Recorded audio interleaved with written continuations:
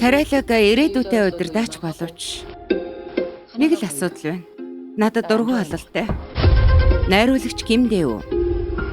Би байна, Сонжи. Би одоо буцах гэж байна. Алга болсон сүйт бүсгүй. Зочид бодолдоч ч гэсэн өрөөний үйлчлэгч авч байгаа байлгүй.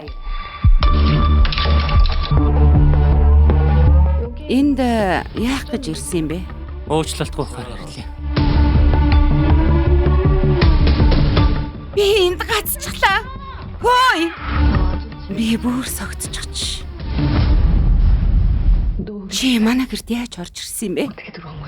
Тэр яг дэрэгт нь байсан. Хичнээн зовж үеч энд хүрсэн билээ дээ. Хөсөл шунлын оргил. Балил.